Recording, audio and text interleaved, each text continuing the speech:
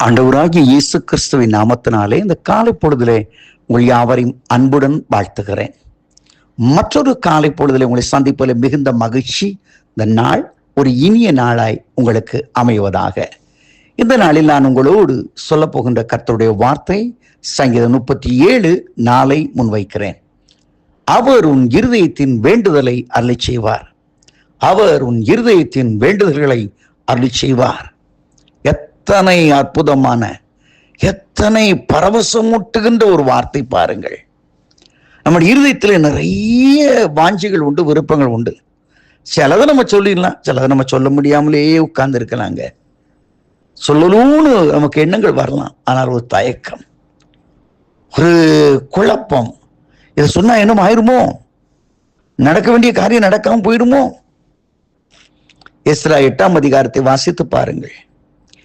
எஸ்ராவுக்கு ராஜாவின் இடத்துல அங்க போறோம், எங்களுக்கு துணைக்கு ஆளுங்க வேணையா, நிதி வேணும், இல்லைன்னா கேட்கணும் ஆசை. ஆனாலும் ராஜாட்ட சொன்ன, ராஜா என்ன நினைப்பாரோ, தப்பா சொல்லிடுவாரோ, என்ன கடுக்குன்னு பேசிடுவாரோ, வேண்டாம், அது எதுக்கு பேசுறது, அமைதியில் ஆயிருந்தாங்க. ஆனால் எஸ்ரா சொல்லுகிறான், நாங்கள் ராஜாவின் இடத்தில் கேட்க தயங்கின காரியங்களையும் ராஜா எங்களுக்கு தந்தார். ஹல்லேலூயா. இதுதான் நம்முடைய ஆண்டவர். That's a different. அதான் வித்தியாசம். நீங்க சில காரியங்களை கேட்க தயங்கி போயிருக்கிறீங்க, கேட்டா என்ன நடந்துருமோ என்று கயங்கி கொண்டிருக்கிறீங்க. இன்னைக்கு ஆண்டவர் உங்களை திடப்படுத்துகிறார். அருமையானவர்களே, வேத வசனத்தை வாசித்து பாருங்கள். 1 சாமுவேல் 30ஆம் அதிகாரம் சொல்லுகிறது, தாவீது எல்லாவற்றையும் இழந்தான், அழுவதற்கு பலன் இல்லாமல் போக மட்டும் சத்தமிட்டு அழுதான். அவன் கூட இருந்தவங்களும் அவன் கொல்லணும்னு சொல்லி கல்லெல்லாம் எடுத்துட்டாங்க, இவனை போட்டு தள்ளினாதான் சரியாகும்னு சொல்லி. ஆனால் வீடு, வாசல், சொத்து, சுதந்திரம், மனைவி, பிள்ளைகள் எல்லாவற்றையும் இழந்து தவித்தவன். 1 சாமுவேல் 30:6 சொல்லுகிறது, தாவீது தேவனாய கர்த்தருக்குள் தன்னை திடப்படுத்தி கொண்டான். என் அன்புக்குரியவர்களே, இதாங்க வாழ்க்கை, இதாங்க வாழ்க்கை.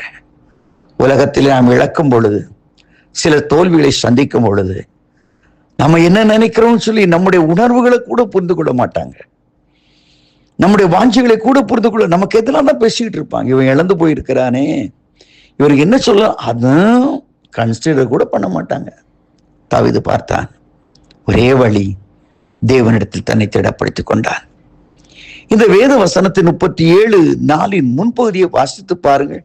வேதம் சொல்கிறது, கர்த்தரிடத்தில் மனமகிழ்ச்சியாயிரு. Rejoice in the presence of the Lord. கர்த்தரிடத்தில் மனமகிழ்ச்சியாயிரு. அவர் உன் இருதயத்தின் வேண்டுதலை உனக்கு திடப்படுத்துவார். தாவீது என்ன செய்தான், தன்னை உற்சாகப்படுத்திக் கொள்ளுகிறான். ஆங்கில மொழிபெயர்ப்பு சொல்கிறது, திடப்படுத்துவதற்கு பதிலாக David encouraged himself in Lord. கர்த்தருக்குள்ளே தன்னை திடப்படுத்திக் கொண்டான். தேசமே பயப்படாதே, மகிழ்ந்து களிகூறு, கர்த்தர் பெரிய காரியங்களை செய்வார். இன்றைக்கு உனக்கு இழப்புகள் வந்தது உண்மைதான், தோல்விகள் வந்தது உண்மைதான். ஆனால் தாவீதுக்கு எல்லாவற்றையும் திருப்பி கொடுத்த தேவன் உனக்கும் உன் வாஞ்சிகளை நிறைவேற்ற அவர் வல்லமை உள்ளவராயிருக்கிறார். தேவர் recovered all, எல்லாவற்றையும் திருப்பி கொண்டார். ஒரு மன விருப்பங்கள் எல்லாம் நிறைவேற்றப்பட்டது. காரணம், கர்த்தருக்குள் தன்னை திடப்படுத்திக் கொண்டார். உலகத்தை அப்படித்தானே, தேவையோடு போகும் பொழுது சில சமயங்களில் நாம் வேதத்தில் வாசிக்கிறோம் அல்லவா, அதே போல ஒரு சம்பவம் நடைபெற்றிருக்கலாம். கானானிய ஸ்திரீ ஒருத்தி ஆண்டவரை தேடி வருகிறாள். தன் பிள்ளை பலவீனப்பட்டிருப்பதை சொல்கிறாள். ஆண்டவர் கண்டுகொள்ளாது போலவே இருக்கிறார். அவள் போயிட்டு இருக்கிறார். இப்பாசவே கடந்து போகிறார். சீஷர்கள் கூட ரொம்ப கடுப்பாயிடாங்க. ஆண்டவரே, ரொம்ப நேரம் அந்த பொம்பளை கேட்டுக்கிட்டே வர, ஏதாவது ஒன்று சொல்லுங்க. இயேசு திரும்பி பார்த்து கனிவான ஒரு வார்த்தையை சொல்லவில்லை. அப்பத்தை எடுத்து இந்த நாய்களுக்கு போடுவானே என்று சொல்லிவிட்டார். என்னால கானானிய பெண் அல்லவா, ஒழுக்கமற்ற ஒரு ஜீவியம் செய்கின்ற மக்கள் அல்லவா, ஆகவே அந்த வார்த்தையை சொல்லுகிறார். அந்த பெண்ணோ அழுதுருக்கலாம். ஓன்னு சத்தம் போட்டு, என்ன பார்த்தா நாயின்னு சொன்னீங்க, இவ்வளவு நேரம் கத்திக்கிட்டு வந்தேன், என்ன நாய்.